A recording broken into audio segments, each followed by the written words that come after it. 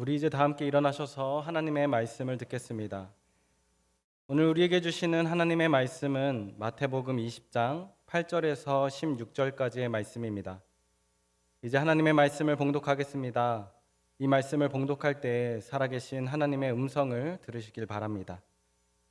저물매 포도원 주인이 정직에게 이르되 품꾼들을 불러 나중 온 자로부터 시작하여 먼저 온 자까지 삭슬 주라 하니 제11시에 온 자들이 와서 한 데나리온씩을 받거늘 먼저 온 자들이 와서 더 받을 줄을 알았더니 그들도 한 데나리온씩 받은지라.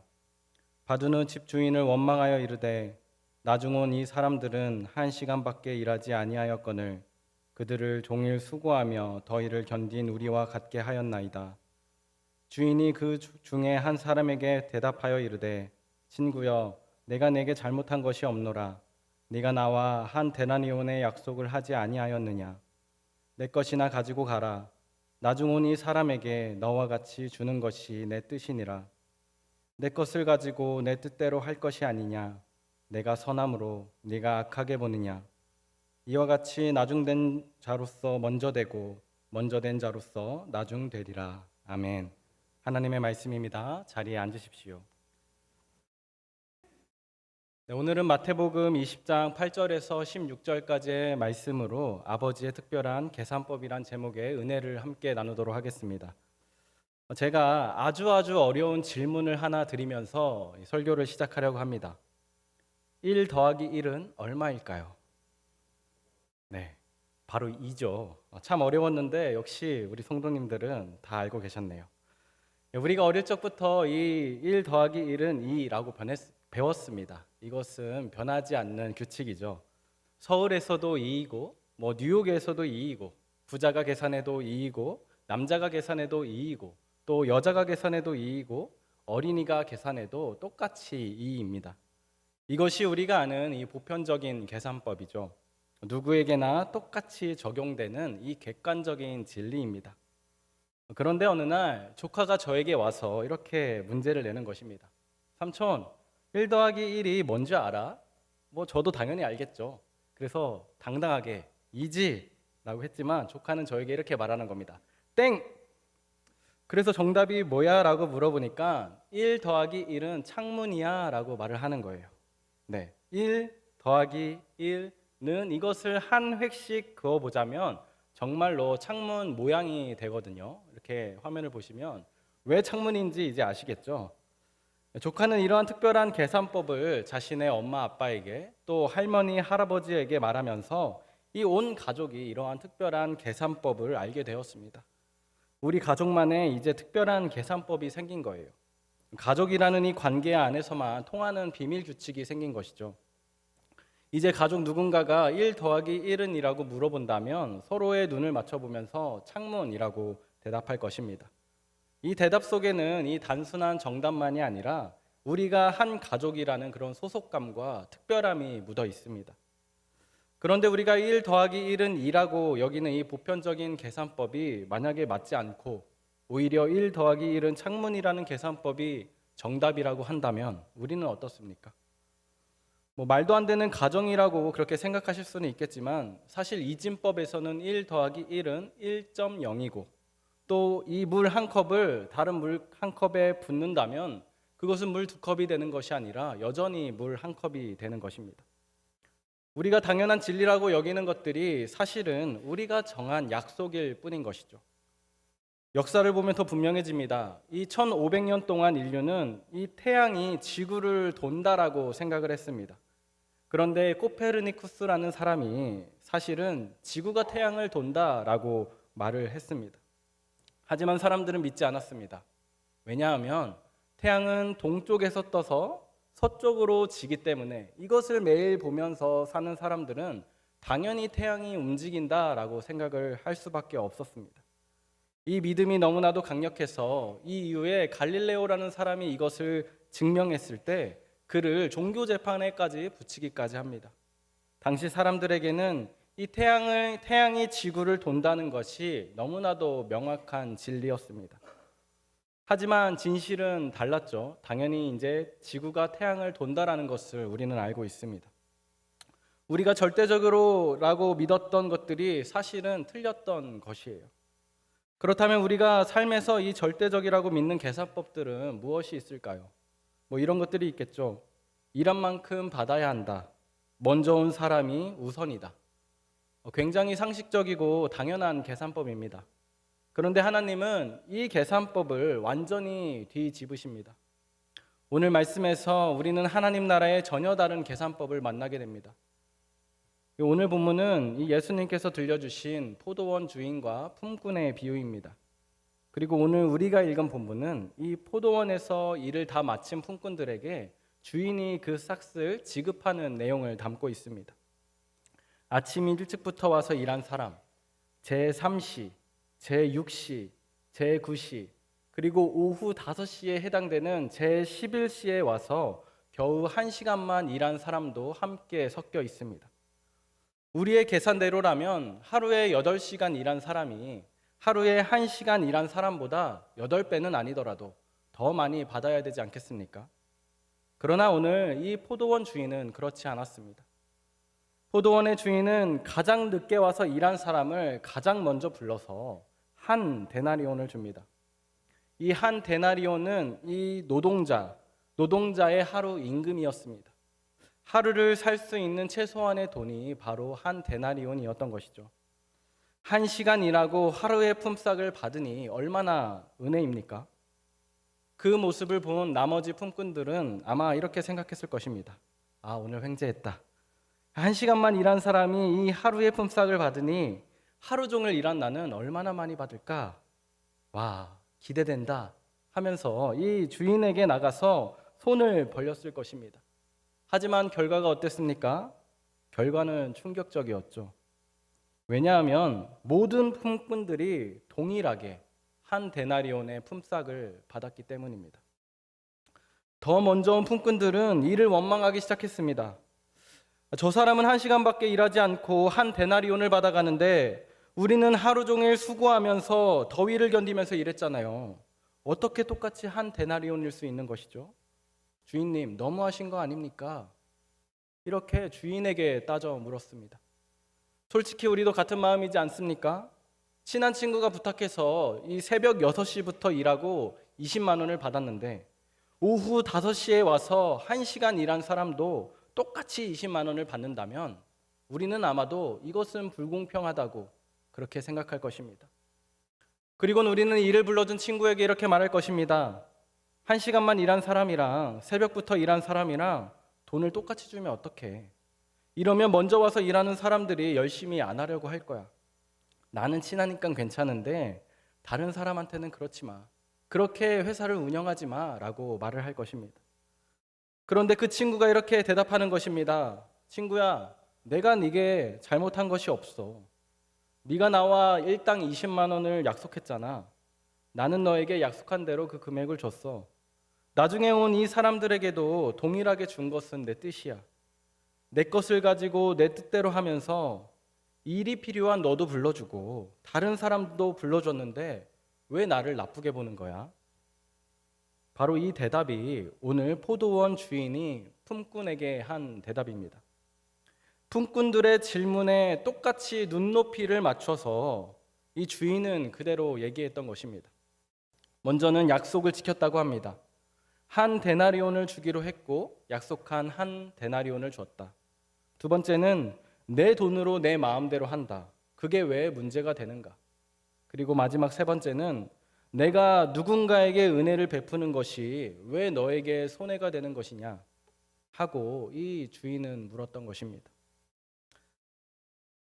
예수님은 이 비유를 통해서 하나님의 나라를 설명하셨습니다. 천국을 말씀하신 거죠. 포도원의 주인이 하나님이시고 이 포도원이 바로 하나님의 나라입니다. 그리고 오늘 우리는 하나님의 특별한 계산법을 배웁니다. 하나님은 아낌없이 주십니다. 포도원에 들어온 모든 사람에게 동일하게 한 데나리온씩 주시는 것입니다. 세상의 계산법과는 전혀 다르죠. 이런 계산법을 가진 하나님의 포도원은 어떻겠습니까? 우리의 생각으로는 아마 이 포도원은 망할 수밖에 없을 것입니다. 왜냐하면은 적당히 경영하지도 못하고 아마 이 한 시간만 일한 사람에게 하루의 품삯을 주니 이 재무 환경이 좋지 못해서 얼마 안 돼서 이 포도원은 문 닫을 것이다 라고 우리는 그렇게 생각할 수밖에 없을 것입니다. 가장 지혜롭다는 그 하나님께서 왜 이렇게 포도원을 불안하게 운영하시는 것일까요?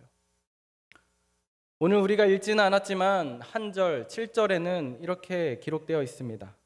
이르되 우리를 품꾼으로 쓰는 이가 없음이니이다. 이르되 너희도 포도원에 들어가라 하니라. 아멘. 이 포도원의 주인은 아침 일찍 그리고 제3시, 6시, 9시 그리고 제11시에 나가서 품꾼들을 불러 모읍니다. 이 제11시까지 남아있던 품꾼들은 이른 아침 장터에 나와서 일을 하길 원했지만 아무도 그들을 데려가지 않아서 일을 하지 못했던 자들입니다. 왜 이들이 일을 하지 못했을까요? 아마도 이들은 나이가 많고 또 병약하고 또 일을 잘하지 못할 거라고 그렇게 이 주인들은 생각했을 것입니다. 한마디로 품꾼으로서의 가치가 없어서, 품꾼으로서의 이 능력이 없어서 선택을 받지 못했던 것입니다. 이들의 마음이 어떻겠습니까? 처음에 포도원에 불려가는 사람들을 보면서 저들이 없으면 다음은 내가 갈 수 있겠거니 그렇게 생각했을 것이죠. 그런데 이 제3시가 되었을 때 선택을 받지 못했고 제6시가 되었을 때 선택을 받지 못하며 이 마음에 불안감이 싹터 올라왔을 것입니다. 그리고 제11시가 됐을 때는 오늘 일하기는 글렀다 라고 완전히 포기했을 것입니다. 오늘 하루 벌어서 하루 먹고 살아야 하는 이 품꾼의 인생입니다. 일이 없어 돌아가자니 자신만을 기다리고 있는 이 가족들 생각에 발길이 떨어지지 않았던 것입니다. 그래서 계속 장터에 남아 있었는데, 그리고 한 데나리온은 아니더라도 조금이라도 벌어서 이 풀칠이라도 하면 좋겠는데 라는 그 마음, 간절한 마음을 품고 누군가를 기다렸을 것입니다. 이러한 기다림 속에 이 포도원 주인이 한 시간만이라도 일하면서 자신의 포도원으로 이 품꾼을 데려갔던 것입니다. 그리고 한 시간을 일했는데 하루의 품삯을 줬던 것입니다. 얼마나 기뻤겠습니까? 오늘 하루 굶지 않아도 된다라는 그 생각에 이 포도원 주인의 은혜에 얼마나 감격했겠습니까? 이렇듯 하나님께서는 그 무엇보다도 이 생명이 먼저였던 것입니다. 오늘 하루 돈을 벌지 못하면 굶어 죽을 수 있는 사람들을 자신의 포도원으로 불러들인 것입니다. 이른 아침에 일하러 온 자도 제3시에, 제6시에, 제9시에 그리고 제11시에 일하러 온 모든 자가 이 포도원에 들어와서 일을 할 수 있는 은혜를 입었습니다. 우리의 계산으로는 손해입니다. 경영학적으로는 실패입니다. 하지만 하나님께서는 이 포도원의 수익보다 한 영혼의 생명이 더욱 귀하였던 것입니다. 하나님의 포도원, 즉 천국은 효율로 운영되는 회사가 아니라 은혜로 운영되는 나라입니다. 누가 더 일했는지가 아니라 누구든지 들어오기만 하면, 누구든지 이 포도원에 속하기만 하면 살 수 있는 그 나라가 바로 하나님의 나라입니다. 그만큼 이 포도원은 나눠도 줄어들지 않고 함께해도 비좁지 않은 그런 하나님의 나라입니다. 그런데 문제가 있었습니다. 바로 이 먼저 온 품꾼들이 이 포도원이 이런 곳인 줄 몰랐던 것입니다. 자신들이 들어올 만큼 자격이 있다고 여겼던 것입니다. 그리고 그 포도원의 주인의 그 특별한 계산법이 무엇인지 이 품꾼들은 몰랐던 것입니다. 그들은 여전히 세상의 계산법으로 하나님의 나라를 바라봤습니다. 내가 더 일했으니 내가 더 받아야 한다. 내가 먼저 왔으니 내가 우선이다. 저들은 자격이 없다. 이렇게 천국의 주인인 그 하나님의 나라를, 그 하나님을 바라봤습니다. 우리도 그럴 때가 있지 않습니까? 나는 이 교회를 3대가 다니고 있는데, 나는 새벽 기도회에 나와서 열심히 기도를 하는데, 저 사람은 이제 막 믿기 시작했는데, 이렇게 우리는 이런 마음들을 마음속에 품고서 하나님의 은혜를 우리의 계산법으로 생각을 하곤 합니다. 나는 이런 말을 할 자격이 있다고 여기면서 하나님의 특별한 계산법을 혹시 원망하고 계시지는 않습니까? 그렇다면 하나님은 왜 이러한 특별한 계산법을 고집하시는 것일까요? 먼저 온 품꾼들은 이해하지 못했던 이 하나님의 진짜 마음은 도대체 무엇일까요? 하나님의 유일한 관심은 이 모든 이들이 이 포도원에 천국에 들어오는 것이었습니다.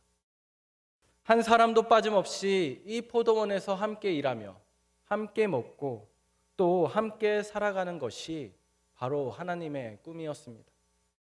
그래서 아침 일찍부터 나가서 품꾼들을 불렀고 제3시, 제6시, 제9시 그리고 마지막 제11시까지 나가서 그렇게 쉬지 않고 그들을 불렀던 것입니다. 혹시 아직 부름을 받지 못한 그 누군가가 있을까 봐 그 장터로 나가서 그 장터를 서성이며 누군가를 부를 수 있을까 그렇게 주인은 헤매었던 것입니다. 하나님이 기대하는 것은 무엇일까요?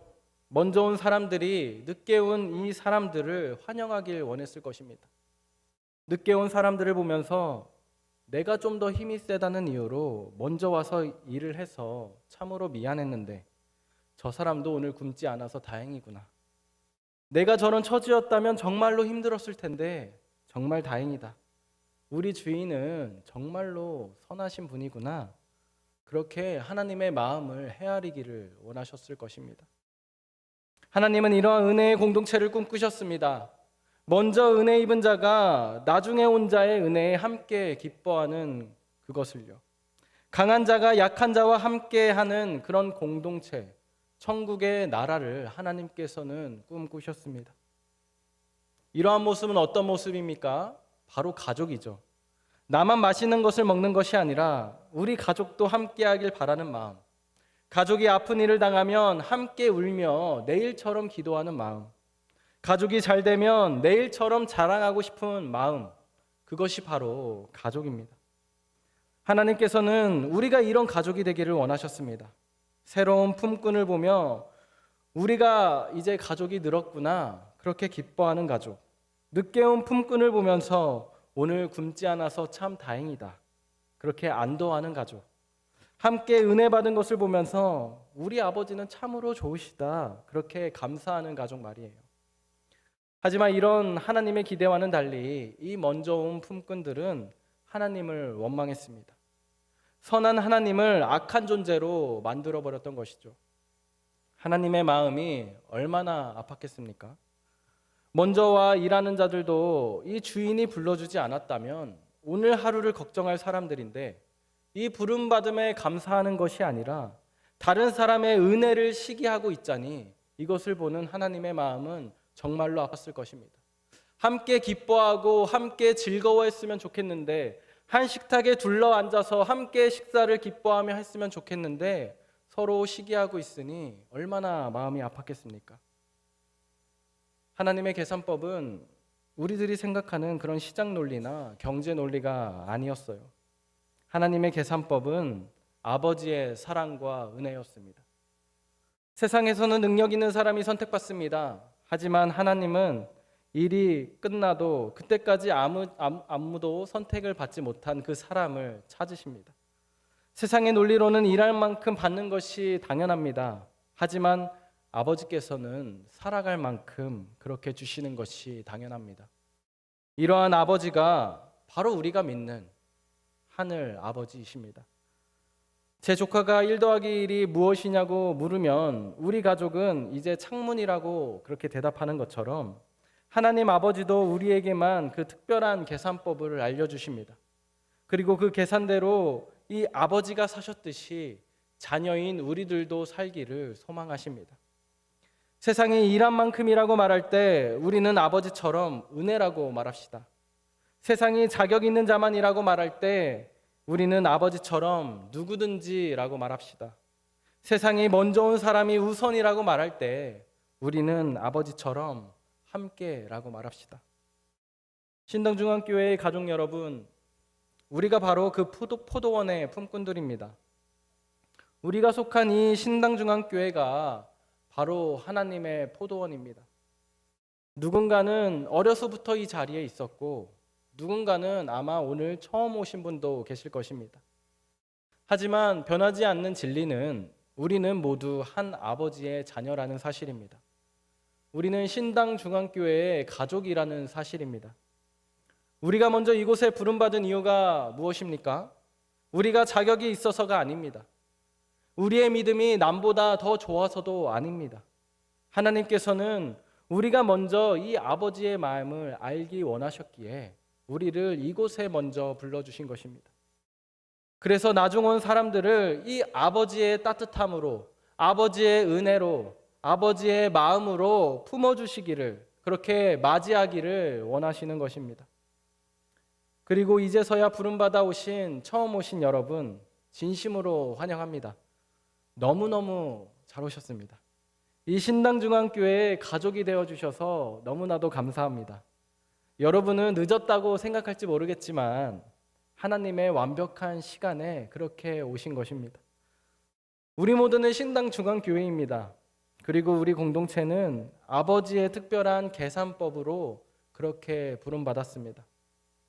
우리가 자격이 있어서가 아니라 하나님이 사랑하셔서 우리를 부르셨고 우리를 자녀로 그렇게 삼아주셨습니다.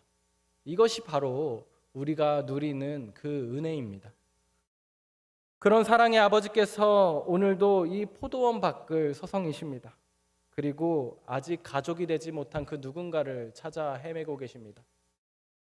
또한 우리에게 이렇게 말씀하십니다. 아들아, 딸아, 내가 너에게 은혜를 베풀었듯이 너도 다른 사람에게 그렇게 은혜를 베풀어 주렴. 사랑하는 성도 여러분, 우리가 하나님을 아버지라고 부른다면, 우리가 신당중앙교회의 가족이라면 아버지의 특별한 계산법으로 살아갑시다. 우리 가족에게 1 더하기 1은 창문이라는 이런 특별한 비밀이 생겼듯이 하나님 아버지의 그 계산법을 가지고 살아가는 우리가 되었으면 좋겠습니다. 아버지와 마음을 함께하는 모든 신당중앙교회의 가족들이 되었으면 좋겠습니다.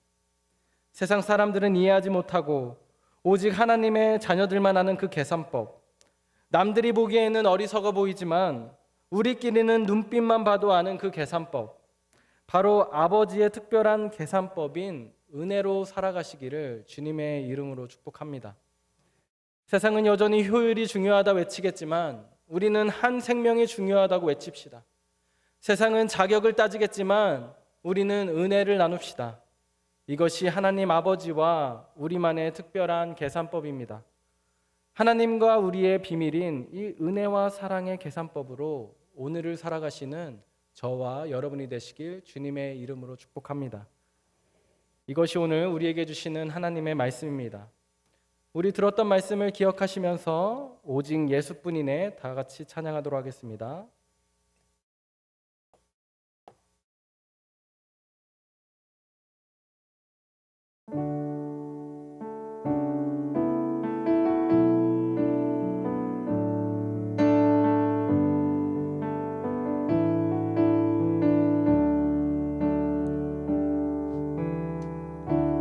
은혜 아니면 살아갈 수가 없네. 호흡마저도 다 주의 것이니 세상 평안과 위로 내게 없어도 예수, 오직 예수뿐이네.